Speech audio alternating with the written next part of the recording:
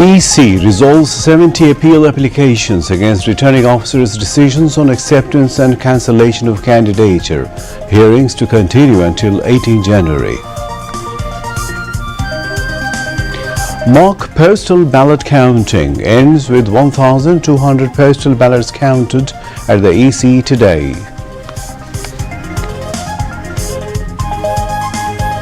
Hopes and enthusiasm increase on the occasion of national parliamentary election and referendum. All await a fair and peaceful election. Differences of opinion need to be reduced through dialogue.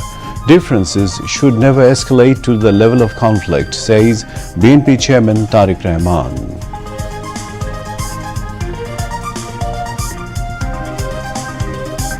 Nine-day-long Dhaka International Film Festival begins in Dhaka and Cox's Bazar. Information and Broadcasting Advisor urges to arrange film screenings in divisional towns in future. Bangladesh has made significant progress in establishing mutually profitable trade relations with the United States.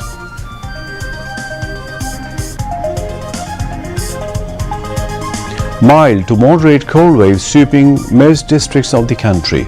Public life frozen due to cold winds and blinding fog.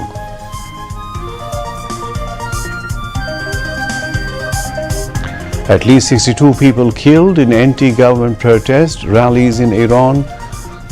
Khamenei claims the vandalism aimed at pleasing Donald Trump. Morocco reaches the semi-finals after beating Cameroon 2-0 after 22 years in the African Cup of Nations. In another match, Senegal reaches the semi-finals beating Mali 1-0. Assalamu alaikum viewers, this is News at 10 on BTV News. I am Imtiaz Ahmed Siddiqui. You just heard the highlights. Let's move on to the detailed stories.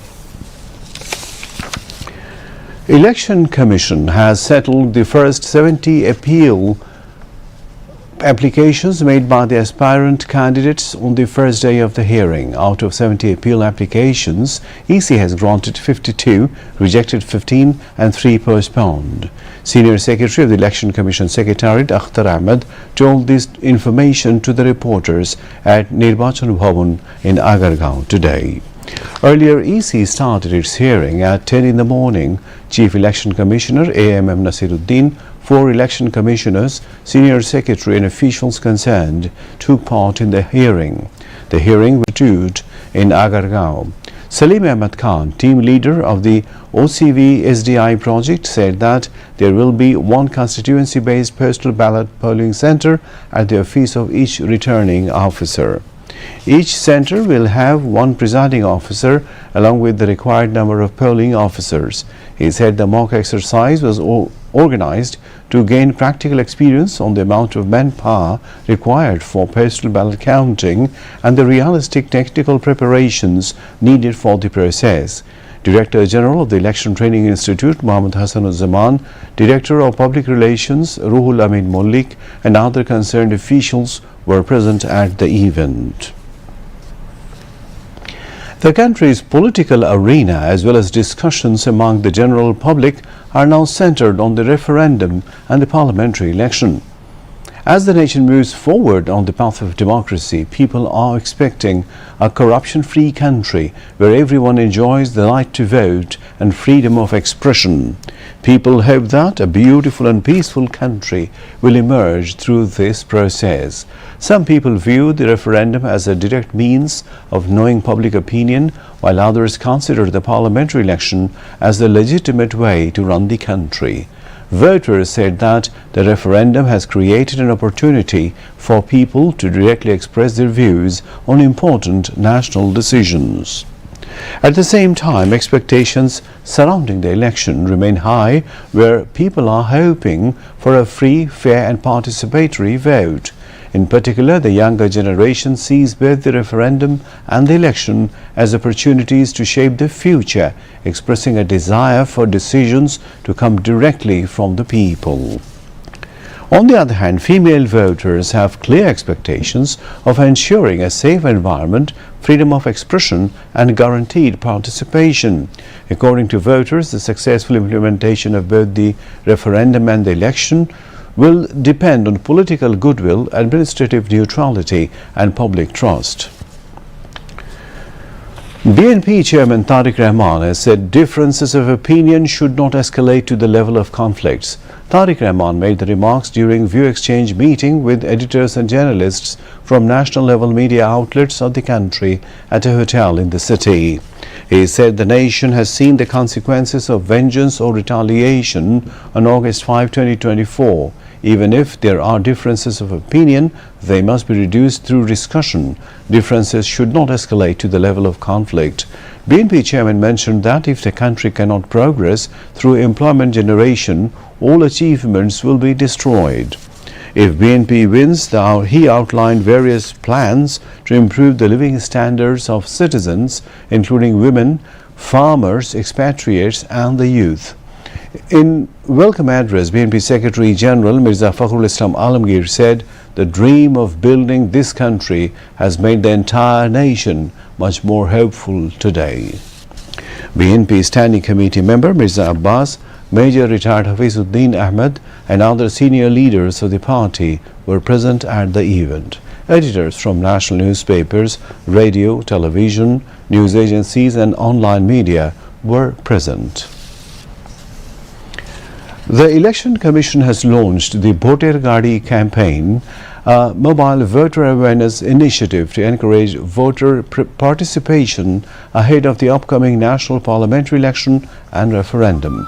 The specially designed vehicle began its journey from the capital on Thursday and will travel across districts, upazilas and remote areas carrying election-related messages. Equipped with audio-visual systems, the Bhoter Gadi will disseminate information on voting procedures, polling day rules and the importance of exercising the right to vote. Bhoter Gadi today visited Shugandha Point and the Eidgah area in the resort city of Cox's Bazar.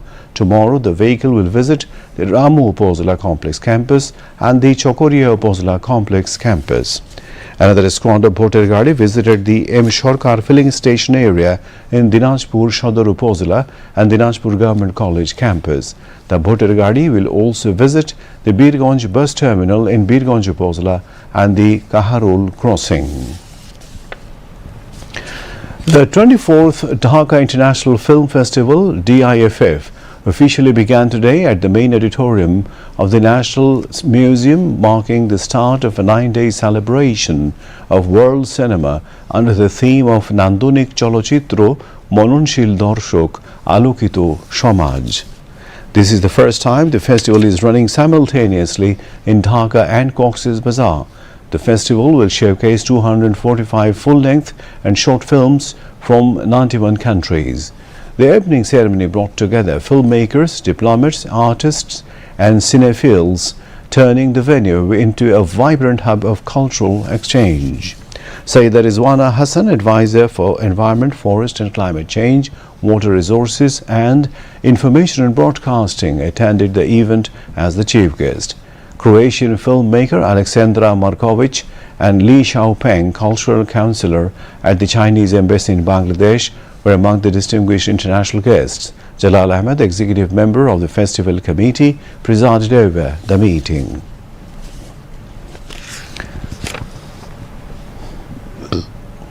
Finance advisor Dr. Saleuddin Ahmed has called on everyone to work together to move Bangladesh forward rapidly. He made the remarks at the unveiling ceremony of the 7th edition of the Banking Almanac, a data-based research publication on Bangladesh bank and financial institutions.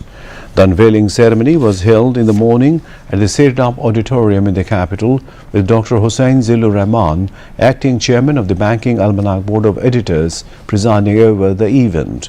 Speakers at the ceremony included Finance Secretary Dr. Mohammad Khairuzaman Mojumdar, Secretary of the Financial Institutions Division of the Ministry of Finance Najma Mubarak, Deputy Governor of Bangladesh Bank Nurun Nahar and Chairman of the Bangladesh Association of Banks Abdul Hai Shorkar. Speakers at the event said that the Banking Almanac will contribute to strengthening corporate governance and accountability, while also assisting investment-related decision-making by providing important data and information on banks and financial institutions. Earlier, Project Director of the Banking Almanac, Abdurrahman, presented a special paper highlighting the necessity and significance of the publication in delivering information and data on the diversification of banking services to the public. Bangladesh has achieved an important step forward in strengthening its mutually beneficial trade relationship with the United States. It will open the door to greater market access and new opportunities for its vital textile and apparel sector.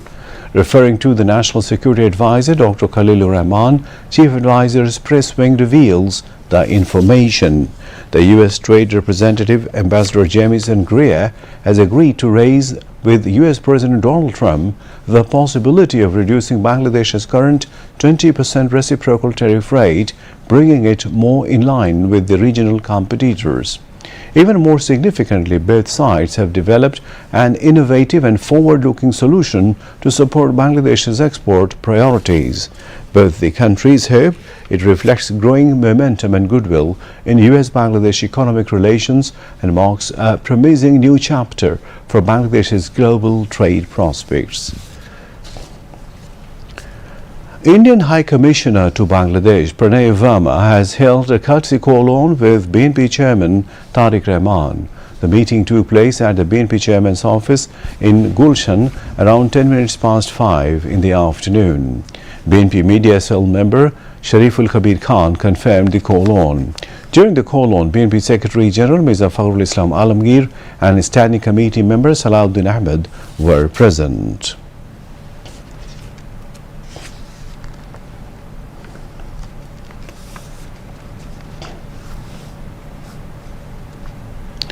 Police have arrested 3 people in connection with the shooting death of Jatiyotabadi Sechashabok Dol leader Azizur Rahman Musabbir.